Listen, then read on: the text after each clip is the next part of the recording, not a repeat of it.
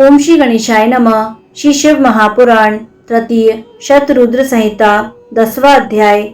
इस अध्याय में हम जानेंगे नरसिंह चरित्र वर्णन। नंदीश्वर बोले, हे सनत कुमार, दक्ष प्रजापति के यज्ञ को विध्वंस करने वाले वीरभद्र नामक गणाध्यक्ष को परमात्मा प्रभु शिव जी का अवतार जानना चाहिए। उनका संपूर्ण चरित्र सती के चरित्र में कहा गया है। आपने भी उसे अनेक प्रकार से सुन लिया है, इसीलिए यहाँ विस्तार से नहीं कहा गया। हे मुनि श्रेष्ठ, इसके पश्चात आपके स्नेहवश अब प्रभु शंकर के शार्दूल नामक अवतार को कह रहा हूँ, उसको सुनिए।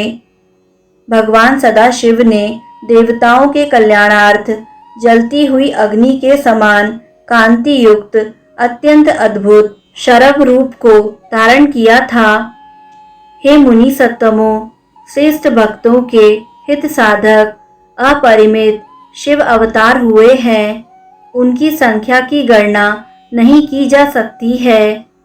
आकाश के तारों की, पृथ्वी के धूलि कणों की तथा वर्षा की बूंदों की गणना अनेक कल्पों में अनेक जन्म लेकर कोई बुद्धिमान पुरुष भले ही कर ले, परंतु शिव जी के अवतारों की गणना कदापि नहीं की जा सकती है।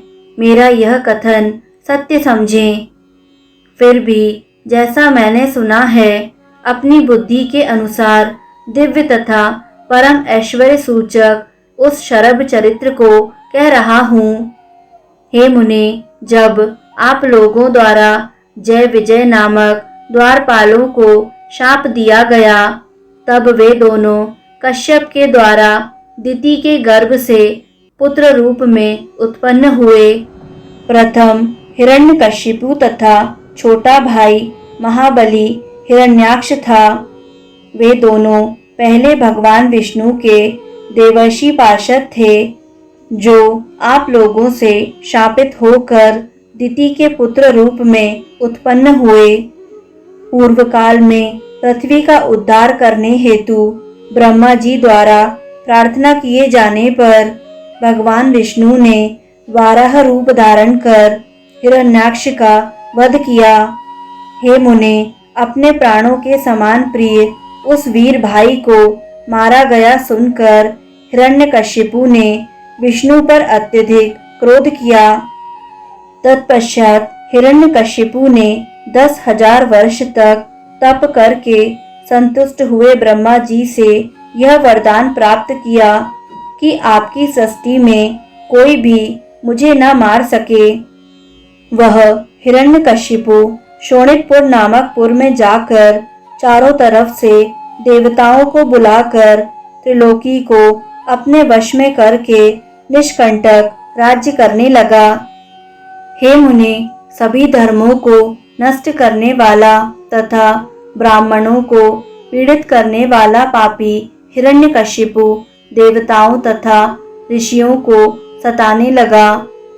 हे मुने, तदंतर विष्णु वैरी दैत्यराज ने अपने हरि भक्त पुत्र प्रहलाद से भी जब विशेष रूप से द्वेष करना प्रारंभ कर दिया, तब सभा मंडप के खंबे से संध्या के समय अत्यंत क्रोधित होकर भगवान विष्णु नरसिंह शरीर से प्रकट हुए। हे मुनि शार्दूल, भगवान नरसिंह का विकराल तथा भयदायक शरीर सब प्रकार से महादैत्यों को संत्रस्त करता हुआ अग्नि के समान जाज्वल्यमान हो उठा।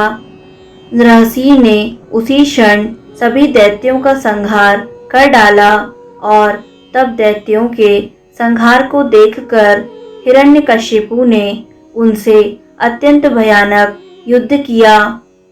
हे मुनि श्रेष्ठ, मुहूर्त भर तक उन दोनों में विकराल, सबको भयभीत करने वाला तथा लोमहर्षक युद्ध होता रहा।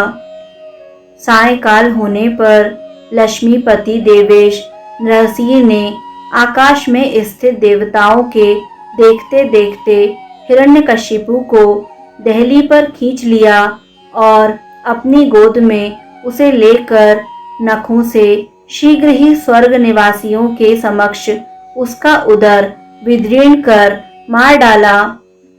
इस प्रकार नरसिंह रूपधारी विष्णु के द्वारा हिरण्यकशिपु के मारे जाने पर जगत में चारों तरफ शांति स्थापित हो गई, परंतु इससे देवताओं को विशेष आनंद प्राप्त नहीं हुआ।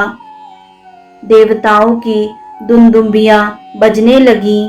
प्रहलाद आश्चर्यचकित हो गए। विष्णु के उस अद्भुत रूप को देखकर लक्ष्मी जी भी अत्यंत विस्मित हो गईं। यद्यपि हिरण्यकशिपु मार डाला गया, किंतु भगवान नरसिंह के क्रोध की ज्वाला शांत नहीं हुई। इसी कारण देवताओं को उत्तम सुख प्राप्त नहीं हो रहा था। उस ज्वाला से संपूर्ण संसार व्याकुल हो उठा। देवता भी दुखी हुए। अब क्या होगा, ऐसा कहते हुए वे भय के कारण दूर चले गए।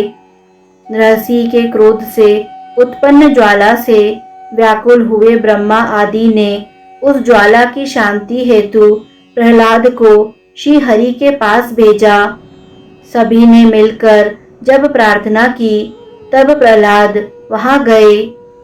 कृपानिधि नरसिंह ने उन्हें अपने हृदय से लगा लिया, जिससे उनका हृदय तो शीतल हो गया, परंतु क्रोध की ज्वाला शांत न हुई। इस पर भी जब नरसिंह के क्रोध की ज्वाला शांत नहीं हुई, तब दुख को प्राप्त हुए देवता भगवान शंकर की शरण में गए। वहां जाकर ब्रह्मा आदि सभी देवता तथा मुनिगण संसार के सुख के लिए शिव जी की स्तुति करने लगे। देवता बोले, हे देव देव, हे महादेव, हे शरणागत वत्सल, शरण में आए हुए हम सभी देवताओं तथा लोकों की रक्षा कीजिए। हे सदाशिव, आपको नमस्कार है। पूर्व काल में जब भी हम लोगों पर दुख पड़ा, तब आपने ही हम लोगों की रक्षा की है। जब समुद्र मंथन किया गया और देवताओं के द्वारा रत्नों को आपस में बांट लिया गया, हे शंभो, तब आपने विष को ही ग्रहण कर लिया। हे नाथ, उस समय आपने हमारी रक्षा की और नीलकंठ इस नाम से प्रसिद्ध हुए। यदि आप विषपान न करते तो सभी लोग भस्म हो जाते। हे प्रभु, यह प्रसिद्धि ही है कि जब जिस किसी को दुख प्राप्त होता है, तब आपके नाम मात्र के स्मरण से ही उसका समस्त दुख दूर हो जाता है। हे सदाशिव, इस समय नरसिंह के क्रोध की ज्वाला से पीड़ित हम लोगों की रक्षा कीजिए। हे देव, आप उसे शांत करने में समर्थ हैं, यह पूर्ण रूप से निश्चित है। नंदीश्वर बोले, देवताओं द्वारा इस प्रकार स्तुति किए जाने पर भक्त वत्सल भगवान शिव उन्हें परम अभय प्रदान करके प्रसन्न चित्त होकर कहने लगे। शंकर बोले, हे ब्रह्मादि देवताओं, आप लोग निडर होकर अपने अपने स्थान पर जाएं। आप लोगों का जो दुख है उसे मैं सब प्रकार से दूर करूंगा। यह मेरा व्रत है। जो भी मेरी शरण में आता है उसका दुख नष्ट हो जाता है, क्योंकि शरणागत मुझे प्राणों से भी अधिक प्रिय हैं, इसमें संशय नहीं है। नंदीश्वर बोले, तब यह सुनकर वे देवता परम आनंदित हुए और वे जैसे आए थे प्रसन्नता पूर्वक शिव जी का स्मरण करते हुए वैसे ही चले गए। इस प्रकार श्री शिव महापुराण के अंतर्गत तृतीय शतरुद्र संहिता के शार्दूल अवतार में नरसिंह चरित्र वर्णन नामक 10वां अध्याय पूर्ण हुआ। दोस्तों, यदि आपको शिव महापुराण का यह अध्याय पसंद आया तो वीडियो को लाइक करें। शतरुद्र संहिता के अगले अध्याय निरंतर सुनने के लिए YouTube चैनल आध्यात्मिक कथाएं को सब्सक्राइब करें और बेल आइकन पर प्रेस करें। कमेंट में हर हर महादेव अवश्य लिखें।